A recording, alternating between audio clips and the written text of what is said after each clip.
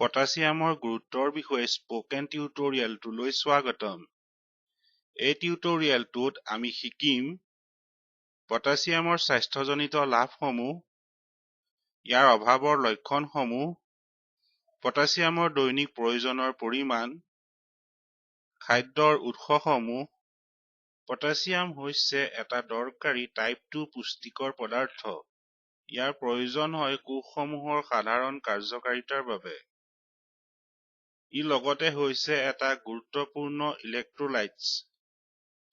পটাছিয়ামৰ মুখ্য ভূমিকা হৈছে কোষৰ ভিতৰত থকা তৰলৰ সাধাৰণ লেভেলছ অটুট ৰখা, য'ত ছডিয়ামে কোষৰ বাহিৰত থকা তৰলৰ লেভেল অটুট ৰাখে। পটাছিয়ামে হৃদস্পন্দনক নিয়ন্ত্ৰণ কৰে আৰু নৰ্মেল ৰক্তচাপক সমৰ্থন কৰে। ই মাংসপেশী আৰু স্নায়ুসমূহৰ সঠিক কাৰ্যকাৰিতাক নিশ্চিত কৰে। ই অৰিহণা যোগায় প্ৰটিন বিশ্লেষণত আৰু কাৰ্বোহাইড্ৰেট বিপাকত। আমি এতিয়া ৰক্তচাপৰ ওপৰত শৰ্কৰা আৰু ছডিয়ামৰ প্ৰভাৱক চাম। শৰ্কৰা আৰু নিমখ অধিককৈ থকা খাদ্য খালে আমাৰ ছডিয়ামৰ লেভেল বৰ্ধিত হয়। শৰ্কৰাই কিডনীৰ দ্বাৰা শৰীৰত ছডিয়ামৰ শোষণক বৃদ্ধি কৰে। ইয়াৰ ফলত শৰীৰত ছডিয়ামক ধৰি ৰখা হয়। ইয়াৰ বাবে ৰক্তচাপ বৃদ্ধি হয় আৰু শৰীৰত পানী থাকি যায়। ইয়াৰ ফলত হাত আৰু ভৰি ফুলি উঠা দেখা যায়। সেইবাবে শৰ্কৰা গ্ৰহণক ত্যাগ কৰিব লাগে আৰু পটাছিয়ামৰ গ্ৰহণক বঢ়াব লাগে। পটাছিয়ামে ৰক্তবাহী নলীসমূহক আৰাম দিয়ে আৰু অতিৰিক্ত ছডিয়ামক আঁতৰায়।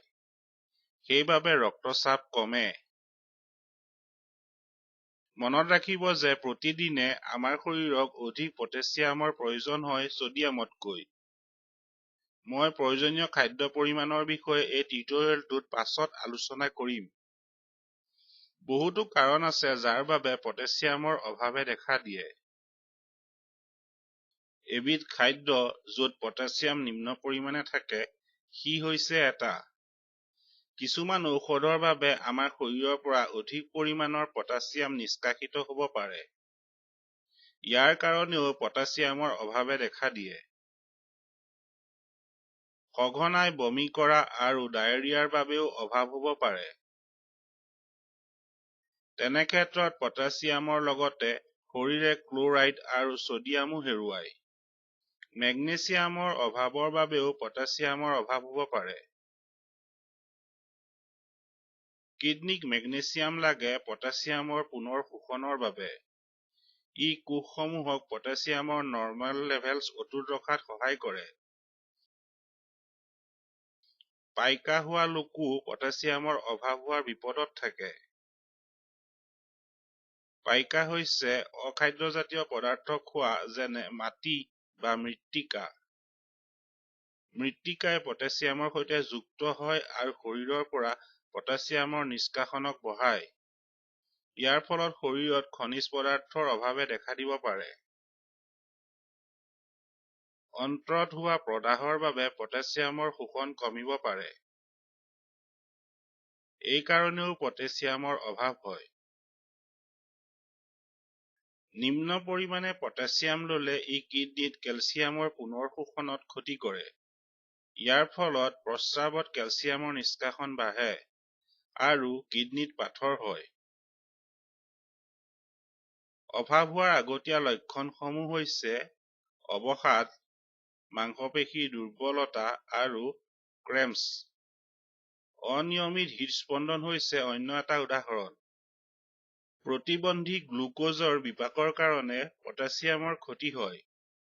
হঠাতে পটাছিয়ামৰ ক্ষতি হ'লে ৰক্তচাপ বৃদ্ধি হ'ব পাৰে। অভাৱৰ কাৰণে বিকাশত বাধা আহে আৰু বিকাশজনিত হৰম'নৰ লেভেলছ কমে। বিকাশজনিত হৰম'নে সহায় কৰে নতুন কোষৰ গঠনত আৰু বিকাশত অনুপ্ৰেৰণা দিয়ে। গুৰুতৰ অভাৱৰ ফলত উচ্চ ৰক্তচাপ আৰু মানসিক ভ্ৰম হ'ব পাৰে। উচ্চ ৰক্তচাপ হৈছে এটা প্ৰধান কাৰণ হৃদৰোগসমূহৰ আৰু ষ্ট্ৰোকৰ বাবে। অভাৱৰ দৰে পটাছিয়ামৰ লেভেল বৃদ্ধি হ'লেও স্বাস্থ্যজনিত সমস্যা আহে। তেজত পটাছিয়ামৰ লেভেল বৃদ্ধি হোৱাটো মাৰাত্মক হ'ব পাৰে। বিভিন্ন কাৰণ আছে যাৰ বাবে তেজত পটাছিয়ামৰ লেভেল বৃদ্ধি হয়।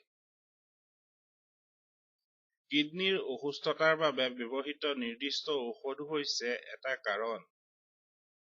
পটাছিয়ামযুক্ত নিমখীয়া বিকল্পসমূহেও তেজত পটাছিয়াম বঢ়ায়। অধিক পটাছিয়াম থকা খাদ্য খোৱাটো আন এটা বিপদৰ কাৰণ কিডনীৰ ৰোগীসকলৰ বাবে। মই পটাছিয়ামৰ খাদ্যৰ উৎসসমূহৰ বিষয়ে এই টিউটৰিয়েলৰ পাছৰ অংশত আলোচনা কৰিম।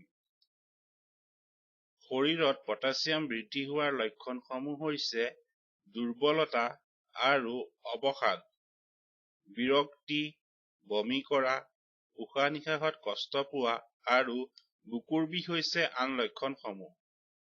পটাছিয়ামৰ প্ৰয়োজনীয়তা ভিন্ন হয় বিভিন্ন বয়সৰ গ্ৰুপছৰ বাবে। 1 পৰা 3 বছৰ বয়সক লাগে প্ৰায় 1100 মিলিগ্ৰাম প্ৰতিদিনে। 4 পৰা 6 বছৰ বয়সক লাগে প্ৰায় 1550 মিলিগ্ৰাম প্ৰতিদিনে। পুৰুষৰ বাবে ই হৈছে প্ৰায় 3750 মিলিগ্ৰাম প্ৰতিদিনে।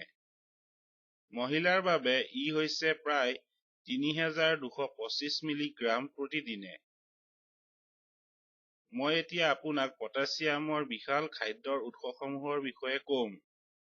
ই প্ৰাকৃতিকভাৱে উদ্ভিদজাতীয় সকলো খাদ্যতে থাকে।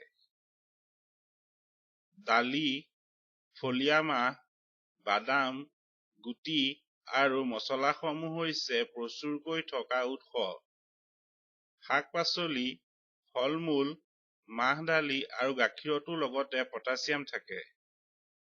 30 গ্ৰাম কেঁচা সেউজীয়া মটৰত 353 মিলিগ্ৰাম পটাছিয়াম থাকে। 30 গ্ৰাম কেঁচা চয়াবিনত প্ৰায় 490 মিলিগ্ৰাম থাকে। 30 গ্ৰাম কেঁচা মচুৰ দালিত প্ৰায় 419 মিলিগ্ৰাম থাকে। 30 গ্ৰাম বুটৰ দালিত প্ৰায় 347 মিলিগ্ৰাম থাকে। 20 গ্ৰাম আলমণ্ডত প্ৰায় 140 মিলিগ্ৰাম থাকে। 20 গ্ৰাম কাজু বাদামত প্ৰায় 127 মিলিগ্ৰাম থাকে। 10 গ্ৰাম তিলৰ গুটিত প্ৰায় 46 মিলিগ্ৰাম থাকে। 10 গ্ৰাম সূৰ্যমুখী ফুলৰ গুটিত প্ৰায় 56 মিলিগ্ৰাম পটাছিয়াম থাকে। 100 গ্ৰাম শাকত প্ৰায় 625 মিলিগ্ৰাম পটাছিয়াম থাকে। 100 গ্ৰাম আমৰান্থ পাতত প্ৰায় 572 মিলিগ্ৰাম থাকে। 100 গ্ৰাম কমলাত প্ৰায় 164 মিলিগ্ৰাম থাকে। 100 গ্ৰাম মধুৰিআমত প্ৰায় 283 মিলিগ্ৰাম পটাছিয়াম থাকে। 250 ml গাখীৰত প্ৰায় 260 মিলিগ্ৰাম পটাছিয়াম থাকে। একেদৰে কিছুমান জ্বলা আৰু মছলাত উচ্চ পৰিমাণৰ পটাছিয়াম থাকে। 5 গ্ৰাম হালধি পাউডাৰত প্ৰায় 118 মিলিগ্ৰাম থাকে। 5 গ্ৰাম মিঠি গুটিত প্ৰায় 46 মিলিগ্ৰাম থাকে। 5 গ্ৰাম ৰঙা জলকীয়াৰ পাউডাৰত প্ৰায় 112 মিলিগ্ৰাম থাকে। 5 গ্ৰাম ক'লা জালুকৰ গুটিত প্ৰায় 74 মিলিগ্ৰাম থাকে। 5 গ্ৰাম ধনিয়া গুটিত প্ৰায় 74 মিলিগ্ৰাম থাকে। এই পটাছিয়াম প্ৰচুৰকৈ থকা খাদ্যসমূহক দৈনিক সংলগ্ন কৰক ভাল স্বাস্থ্য আৰু জীৱনৰ বাবে। ইয়াৰ সৈতে আমি এই টিউটৰিয়েলৰ শেষ পালোহি। সংযোগ কৰাৰ বাবে ধন্যবাদ।